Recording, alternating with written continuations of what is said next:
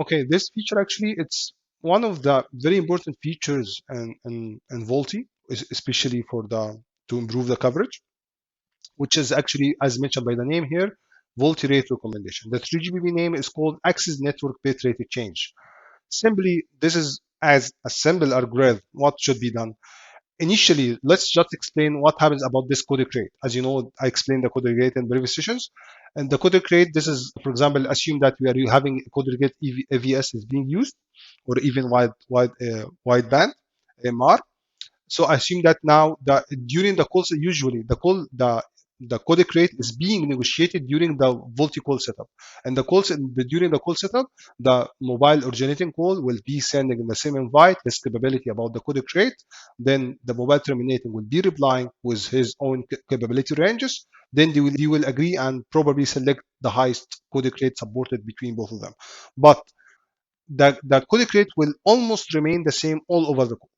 Like, this is the situation. Sometimes it will be changed, but actually I didn't see that much. But this is mainly about the device's decision to change or ask to change the codec rate type. But let's take into that. It's just being negotiated during the call setup, and it will be fixed almost all over the call.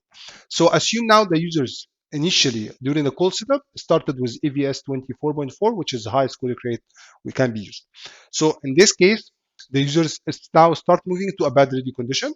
Still, he's using the same codec rate, which is very high codec rate, sending was high bit rate and high samples. So in this case, the user is going to bad ready condition, but still using high codec rate. So this can observe into packet loss or even can drop a call. And now the user again moves to more bad ready condition to the very edge. Still, the codec rate is same.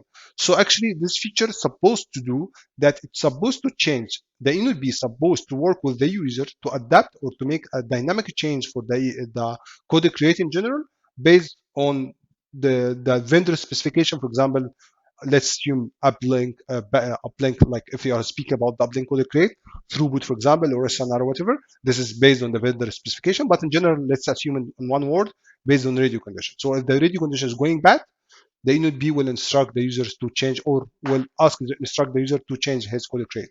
So this is the main, actually the main function of this feature. So this is what will happen here.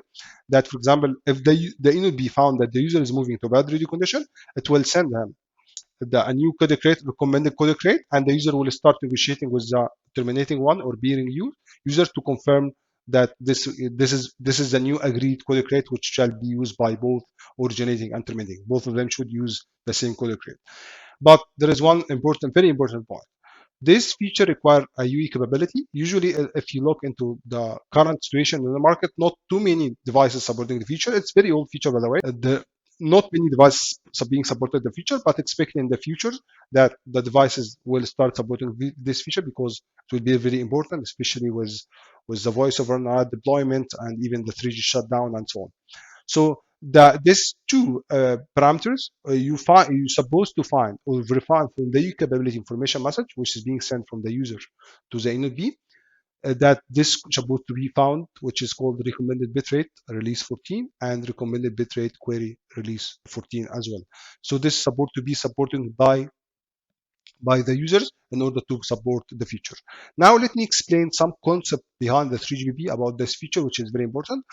But just in summary, to summarize that feature, this feature actually will simply switch the code rate at a particular radio condition, which is actually can extend the VoLTE coverage. This is the main advantage. And also, it's not only decreasing the codec rate, it's the opposite way around. Assume the user moved from bad radio condition to good radio condition, it can even increase the codec rate, and in this case can improve even the voice quality, right? So this is actually, it's working even decreasing or increasing. Decreasing means you are extending the coverage, giving a bit much better coverage, less packet loss, better integrity.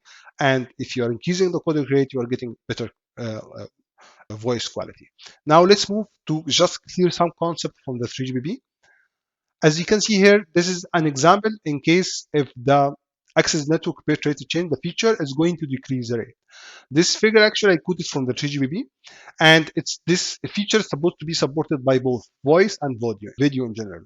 So actually here, as you can see in the third line here, which is step number 3, already there is ongoing RTB and the uplink from user 1 to user 2, and the media flow is UE, and this is a specific codec rate. Assume this codec rate is, for example, R0 century.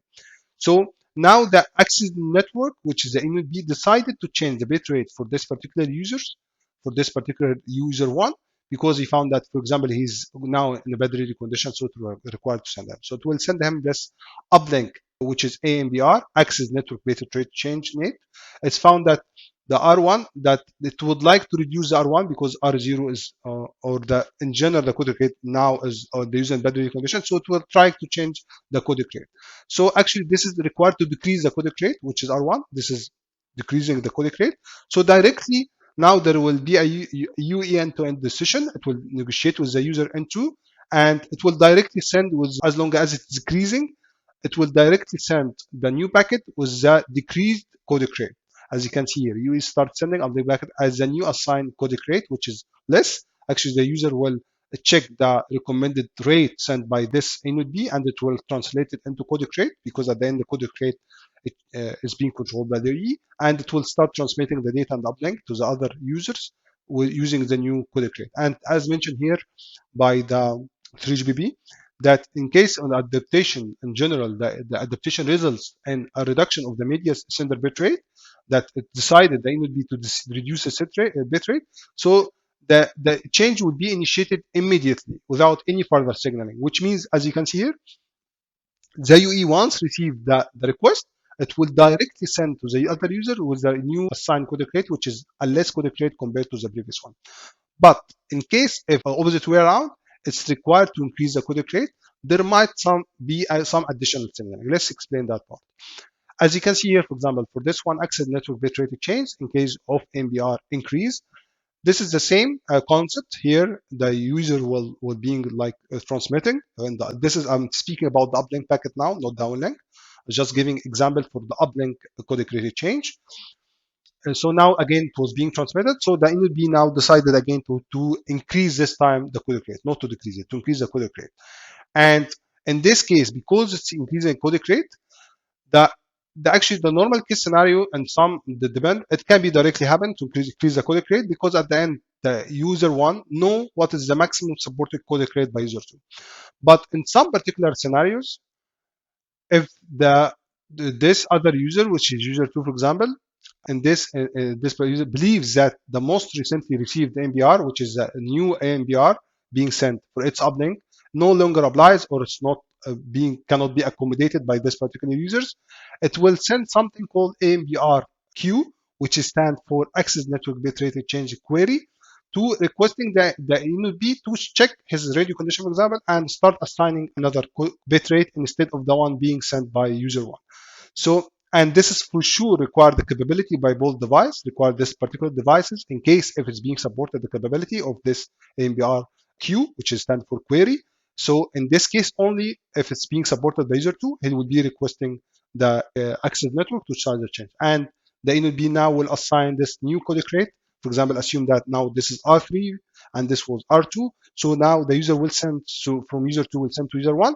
I would like to, this is to receive at this particular codec rate, and the UE1 will be start transmitting with agreed codec rate between both of them, and the media will be start set up with this additional signal, which is the codec rate being sent by the user 2.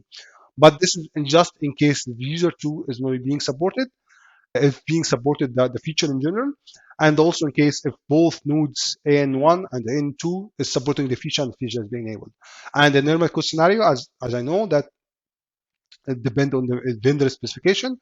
This can be done directly, because at the end, the codec rate change is being always negotiated by user one and user two. So this is this particular step where there is a query from the user two to the access network or ANBR2 might not be done. This is actually 3GPP explanation, but you might find some differences compared to the vendors. But in general, this feature doesn't require any support from the core. It's mainly about that device capability. So you can have a try and check what kind of impact you can see in case of the codec rate, for example, change, how much the coverage is going to be extended and so on. So this is from the theoretical point of view.